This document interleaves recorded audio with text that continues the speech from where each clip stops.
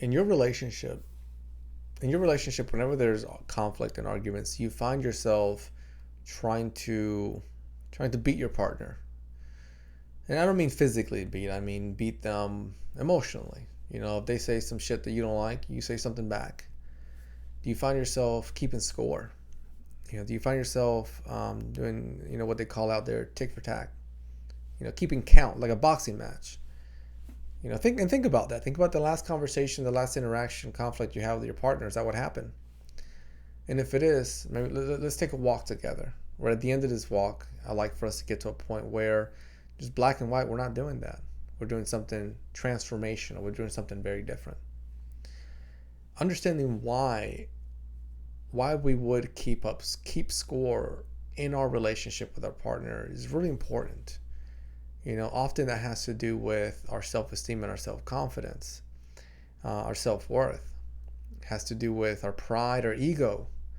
If you're with your partner and they say something about you that you don't like, maybe they say, hey, you you never tell me when you're coming home. That's extremely disrespectful. I made dinner at 5 and you're here at 6:30.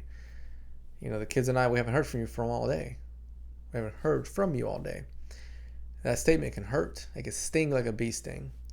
And though you feel that it's true and you know that it's true in your core, it's just an example. You know that it's true and you feel that it's true in your core. You find yourself just struggling with the idea of accepting it. So instead, you call your partner a very mean name, something dark. You attack them for something they did years ago. You break them down because you know how. Right? You've done it before. You know them well. So you break them down instead of facing, the reflection in the mirror, instead of being accountable and being vulnerable. And you do it for many reasons. Maybe you do it out of pride, because of the ego, maybe because it hurts to hear those words, right? In your core that you're acting that way, and you didn't call and you didn't do those things, but it's easier you hiding that from yourself than hearing it from somebody else. So instead, when that message comes, you get defensive and you yell and you bark loud. So I think it's important for us to understand why we do what we do. That lays the foundation for us to make a change as we go forward. And then after that, I like for us to look at, and just as a side note, this is just a couple of strategies. I mean, there's so many more. Clinical counseling, mental health it's like Batman's tool belt. You never know. Batman is ready for any situation, and I think that's one of the beauties of counseling.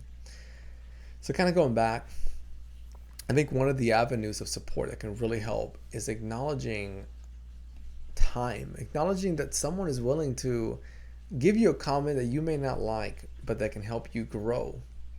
And there's something really beautiful about that. Think about a kid 10 years old on a ball field playing baseball, and he's up to bat, and his hands are very low on the bat. So if you know baseball, sometimes you want to choke up a little bit. You want to bring your hands up a little bit, and his grip, the way he's holding the bat, is very loose. You could even put like a pencil in between the fingers. It's a little too loose. And again, if you know baseball, you want somewhat of a tight grip on there. So then the coach pulls the kid aside and said, hey, make sure you choke up on the bat a little bit and tighten your hands. And the kid can have many reactions. He can hit the coach with the bat. He can get upset. He can get angry. Or he can think about how special that is, how beautiful it is for someone to take time out to say, I want to see you get better. I want to see you grow. I want to see you transform into the most amazing person that I know you can be, because I see who you are and who you can be. And that's exactly what's happening in your relationship. If I'm getting home, I get home at, say, 6:30 and my partner says the same thing, yes, there is the avenue to attack and to be defensive. But there's also a different avenue, a different door in that room. And the other door, I open it up and it says that there's someone they're willing to share with me that they want me to be a better person, a better me.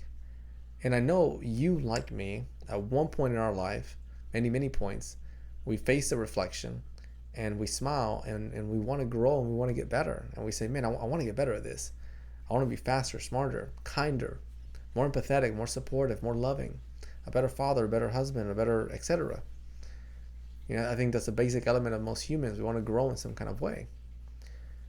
So if you're able to grab that last message I shared there with you and just play with it, almost like I don't know about you, but back in the day when I was in high school, I would put a certain song on the radio, put a CD in there. I'd make my own CD. I don't know if people do that anymore. And I would play songs over and over and over. Just really liked them. And then I'll be jamming out there. Neither here nor there, but I'll be jamming out to the same song. And what you can do to help get away from those negative thoughts, the ones that were leading the relationship in the wrong direction, is playing those new ones. Watch this video, watch it several times, write down the key points. Ask yourself, what type of person do you want to be? Write down how beautiful it is that my partner is willing to share constructive feedback with me. And then as a side note, maybe some of you out there are like, well, it's not really constructive when they were calling me all sorts of names. Then take a moment to sit. Ask your partner, say, hey, listen, can you tell me the same message if possible? Just with kindness. Instead of saying, hey, you're a piece of shit, why'd you get home so late? Reframe it.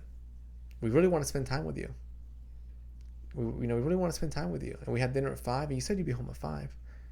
And whenever you're home and we're all having dinner together, we laugh and we smile. We would just want more of that. Right? So you pick the second one. The second one has in its core, right, that same transformational change that you're looking for. It's just a little bit, a little more beautiful, if you will.